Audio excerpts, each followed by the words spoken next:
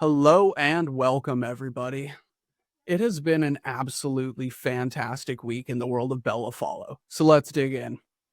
The first stop on our grand adventure here takes place at the Baron's estate, featuring the gang Children of the Gourd, inspired by a dream I had like 2 years ago that kind of kickstarted this entire venture off. Last week, I shared a page of early concepts for potential members of this ghoulish gang here, but I needed to thin that down from like the 20 or so different ideas I had into 5 different enemy unit choices and 5 villainous characters for the party to come up against. Looking at this early ideation sheet, there were a few obvious picks as winners, some that would just fit better in other gangs, and then a couple that really needed pruning.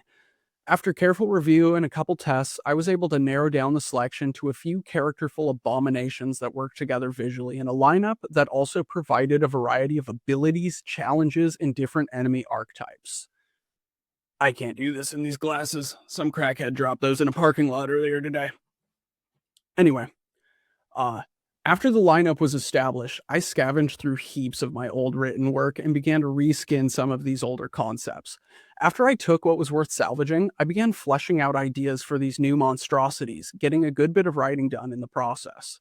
The written sections of Children of the Gourd do still need another pass, but they're all coming together marvelously, super flavorful, and everything feels very cohesive and tightly knit. Everything's working together really well, and I'm stoked about that. So before I started up on the final illustrations of each of these enemies, I decided to establish different visual elements that would really solidify the vibe of the gang here, making it stand out as unique amongst its peers. Because as you might recall, there are 7 different gangs inhabiting the colony of Dripwater, and so kind of staying with one coherent theme and then branching off in 7 different directions, I needed to really solidify something that made these guys stand out above the other gangs. Um, with that, the core premise of this gang, Children of the Gourd, is basically a family of necromantically grown human vegetable hybrids, kind of playing on that classic touchstone of mandrakes, but with a murderous backwater twist. This led me to develop a bunch of different portrait drawings that could easily be used as page filler or really for whatever else, giving me something concrete to springboard off of that doubles as a visual aid for inspiring readers. These could also be used to help player characters create their own drip water creeps should they choose to play as this gang. Because if you might recall, one of the big kind of ideas here is cult wars, meaning you can play as one of the 7 different gangs fighting against the other gangs for, neighborhood turf war, basically, is what it plays out to. Anyway, basic philosophy of character design is the concept of when everything is special, nothing is. My goal here was to keep their weaponry really mundane.